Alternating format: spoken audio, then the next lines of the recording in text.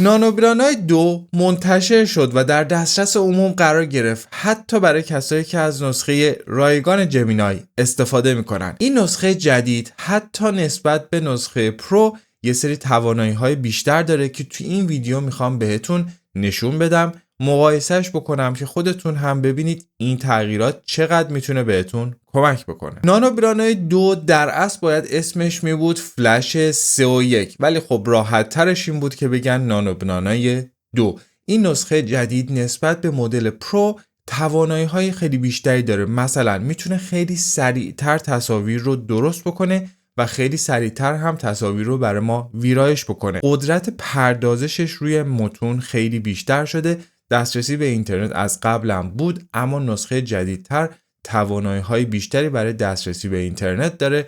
میتونه خیلی کاراکترهای بیشتری رو در تصویر ما ثابت نگه داره. اگر تا ماکسیموم 5 تا کاراکتر رو در تصویرمون داشته باشیم، میتونیم ازش بخوایم که اون کاراکترها رو برای ما یکسان نگه داره و اونها رو حفظشون بکنه. در نهایت سعی میکنه که تصاویر خیلی بهتری رو برای ما درست بکنه، هرچند که مدل کوچیکتریه نسبت به نسخه پرو و کاملا رایگان هم هست، اما در نهایت خروجی که داره ارائه میکنه از نسخه پرو در خیلی از مواقع بهترم خواهد بود. برای اینکه بتونید از نانوبرانای 2 استفاده بکنید، خب خیلی کار ساده و راحته.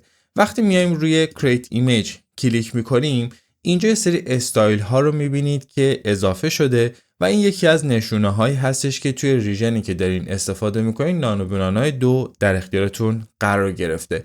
اگر این امکان رو ندیدید و در نسخه فست اگر قرار گرفته باشید، بدونید که باید آی پی تون رو تغییر بدید. البته راهکار دیگه هم وجود داره که جلوتر بهتون توضیح میدم.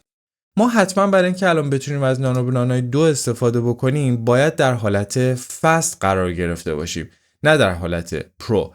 پس من در حالت فست میام یک پرامپت رو بهش میدم و ازش میخوام که یک تصویر رو برای من درست بکنه. همونطور که خودتون دارید میبینید به من داره نشون میده که داره با نانوبرانای 2 تصویر من رو ایجاد میکنه. تصویر خیلی سریعتر نسبت به نسخه پرو درست میشه. من مقایسه هاش رو جلوتر هم براتون انجام میدم. خروجی تصویرم مثل همیشه خیلی خوب و عالیه. برای اینکه ببینیم چقدر سریعتر میتونه برای ما نسبت به گذشته ادیت تصویر رو هم انجام بده، بدون اینکه ویدیو رو پاز بکنم میخوام براتون نشون بدم که یک ویرایشی ازش میخوام و ببینیم چقدر سریع این کار رو میتونه انجام بده. لوگویی که مد نظرم هست از کمپانی لگو رو اینجا آپلود کردم و ازش میخوام که روی این ماگی که اینجا هست این تصویر رو قرار بده. شروع کنه به کار کردن و ما هم ویدیو رو قطع نمی‌کنیم. سرعت عملش رو می‌خوایم ببینیم به چه شکل هستش. جلوتر براتون مقایسه‌های دیگر هم انجام میدم که اگر یک تصویر رو در حالت پرو بخوایم ایجاد بکنیم و یک تصویر رو در حالت فست چقدر سریعتر انجام میشه.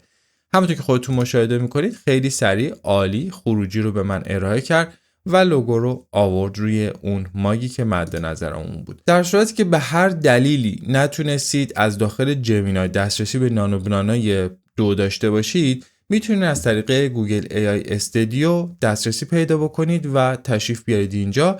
همونطور که خودتون دارید میبینید اول کار خودش هم داره به ما معرفی میکنه که اگر میخواین دسترسی داشته باشید نانوبرانای 2 اینجا هستش و باهاش میتونید کار بکنید. توی پلیگراوند جمینای از نانوبرانای 2 میتونید استفاده بکنید برای تولید تصویر. خودش هم اینجا یه سری توضیحات رو داده، ما هم جلوتر این تست ها رو انجام میدیم. حالا که متوجه شدین چطوری میتونین بهش دسترسی داشته باشین، وقت مقایسه است. من سمت راست مدل پرو جمینای رو قرار میدم و سمت چپ مدل جدید و نانوبرانای 2 رو قرار میدم. با هم دیگه مقایسه میکنیم در چندین و چند مدل مختلف و تلاش میکنم که مقایسه مدت زمان رو هم با هم دیگه داشته باشیم تا خودتون مشاهده بکنید چقدر زمان میبره تا این تصاویر درست. اولین مقایسه‌ای که خواهیم داشت مقایسه سرعت هستش. سمت راست همونطور که بهتون گفتم نسخه پرو جمینای رو دارم و در سمت چپ نسخه رایگان. در دو تا حالت میخوام تولید تصویر رو انجام بدم.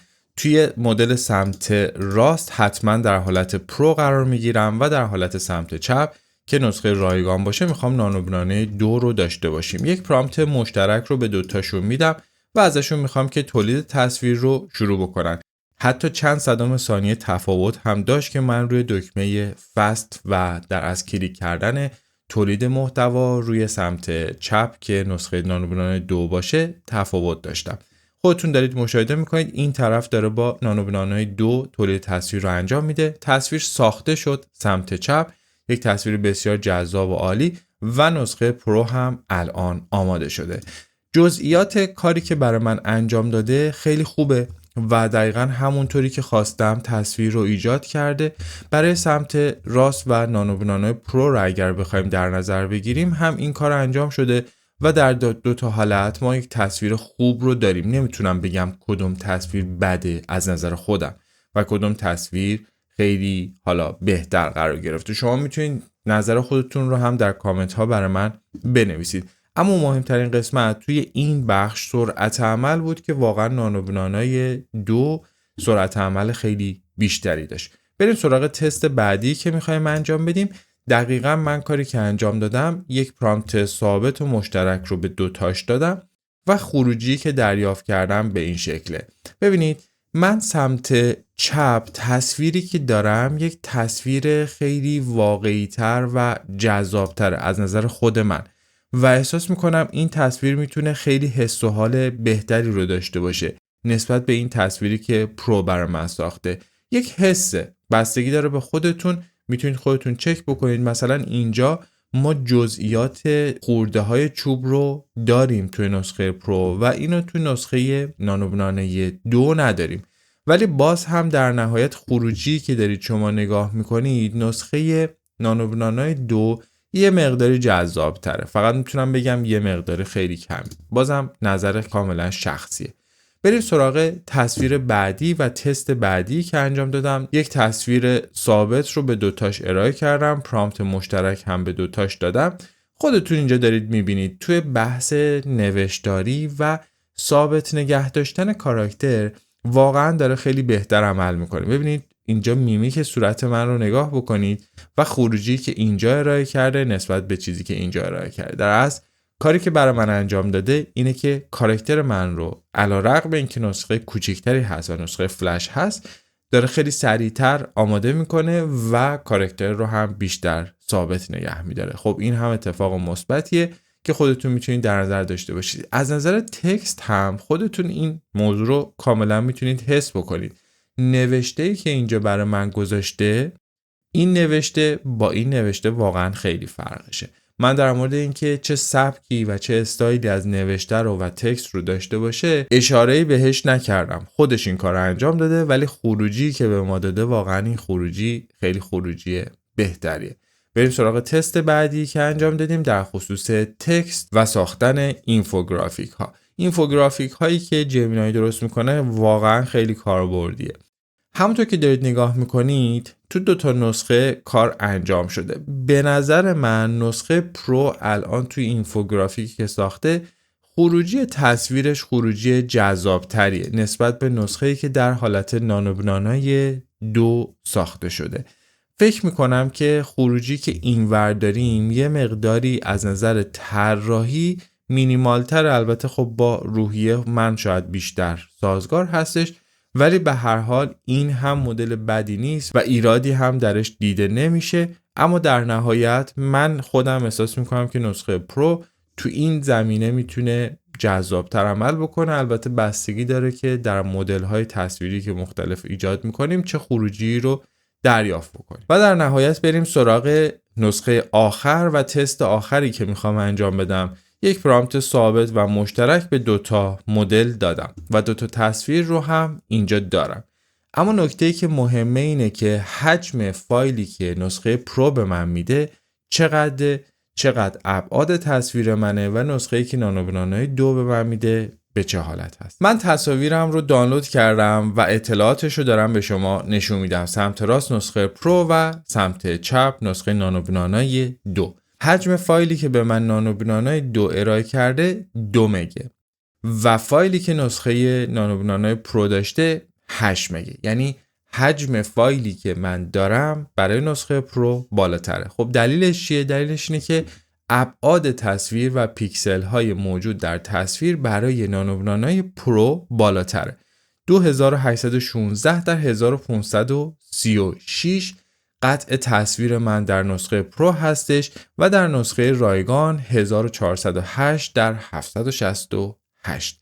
به دلیل همینه که تصویر من سایز بزرگتری داره. البته به صورت کلی وقتی که نگاه میکنید خروجی هایی که نانو 2 داره میده خروجی های شاید جذابتری باشه، ولی از نظر کیفیت و حجم در اصل ابعاد تصویر میتونیم بگیم نانو پرو همچنان کار خودش رو داره بهتر انجام میده. در نهایت میتونیم نتیجه بگیریم که نانو 2 خیلی اتفاق مثبتیه، خیلی بهتر میتونه برای ما کار بکنه و حجم کمتری داره. برای نسخه رایگان هم میتونیم ازش استفاده بکنیم. از این دیگه بهتر چی میخوایم؟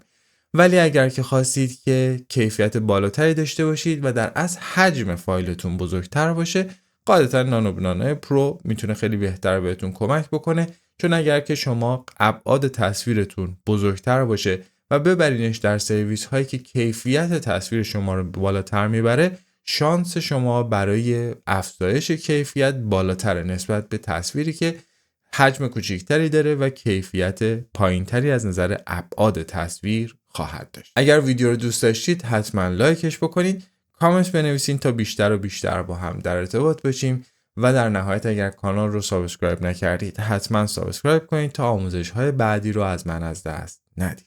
تا ویدیو بعدی مراقب خودتون باشین، شاد باشین. خدا نگهدارتون.